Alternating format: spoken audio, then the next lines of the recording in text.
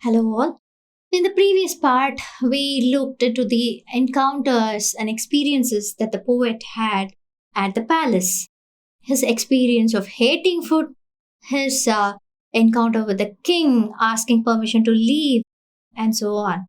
Moving ahead, the poet explains to the bard that he has met on the way about the heritage or the past of Karikaalan, how he is so brave and what made him be the model king he is. We shall move ahead with the poem. கரிகாலரின் சிறப்புகள். வெண்வேல் உருவப் பஹ்ரேர் இளையோன் சிறுவன் முருகன் சீற்றத்து உருகெழு குருசில் தாய் வயிற்றிலிருந்த தாயம் எய்தி எய்யா தெவ்வர் ஏவல் கேட்ப செய்யார் தேயம் தெருமரல் கலிப்ப பவ்வ மீமிசை பகல் கதிர் பரப்பி வெவ்வெங் செல்வன் விசும்பி படர்தாங்கு பிறந்த தவள் கற்றதன் தொட்டு சிறந்தனல் நாடு செகின் கொண்டு நாள்தோறும் வளர்ப்ப ஆளினான்மான் அணங்குடை குருளை மீளி மொய்ப்பின் மிகுவலி செருக்கி முலை கோள்விடா மாத்திரை நெரேரென தலைக்கொள் வேட்டம் களிறு அட்டாங்கு இரும் பனம் போந்தை தோடும் கருஞ்சினை அறவாய் மேம்பின் அம்குளை தெரியலும் ஓங்குயிரென் சென்னி மேம்பட மிளைந்த இரு பெரு வேந்தரும் ஒரு களத்து அவிய வெண்ணி தாக்கிய வெறுவரு நோந்தாள் கண்ணார் கண்ணிக் Karikal Valavan. Here we get the title reveal, the hero of the poem, the actual hero of the poem. It's not the bard whom we met at the beginning, it's not the bard who is returning from the king, but it is the king himself, King Karikaalan. The story of how Karikaalan came to receive such a worldwide fame is quite interesting. The Chola dynasty always had a very close relationship with another clan who lived on the mountains. They were called the Velirs. And to maintain a very smooth relationship, the Chola dynasty often married into people from Velir clan. Velir clan always stood by the side of Cholas in every battlefront. They even served as guards and heads to guards, trainers of their army at various stages. Early back then, we are talking about the 2nd century of the Common Era, roughly around 130 of the Common Era. Now, back then, Chola dynasty was under the control of a king named Ilam Chetcheni. The king married a Velir princess and both begot a child, which is young Karikaalan. When Karikaalan was just a baby, King Ilam Chetcheni died at a battlefront. And this was the time when the entire kingdom was in a turmoil. Enemies had taken over the kingdom and they imprisoned the queen and young Karikaalan. They even set fire to the prison so that the entire Chola dynasty would be wiped off clean.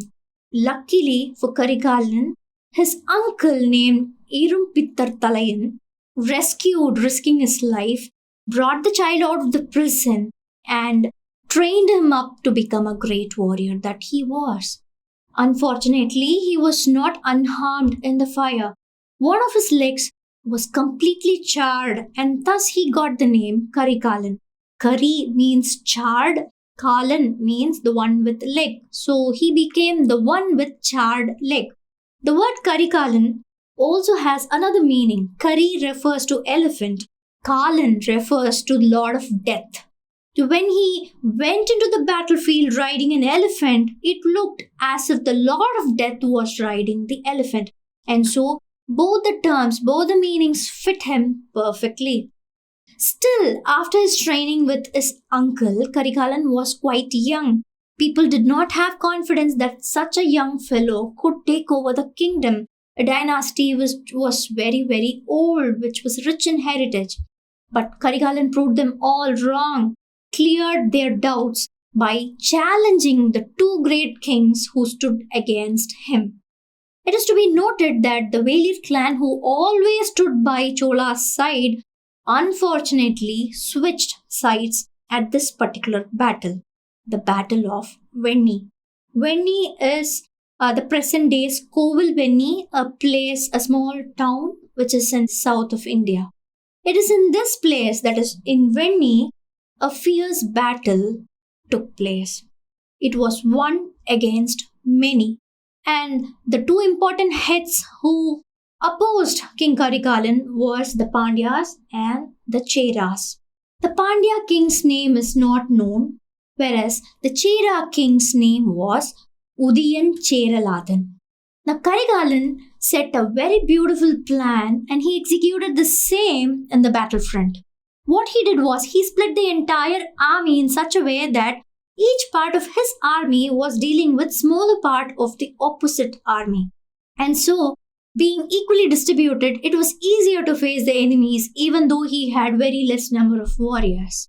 And at a very crucial point, he was face to face with Udiyan Cheraladan.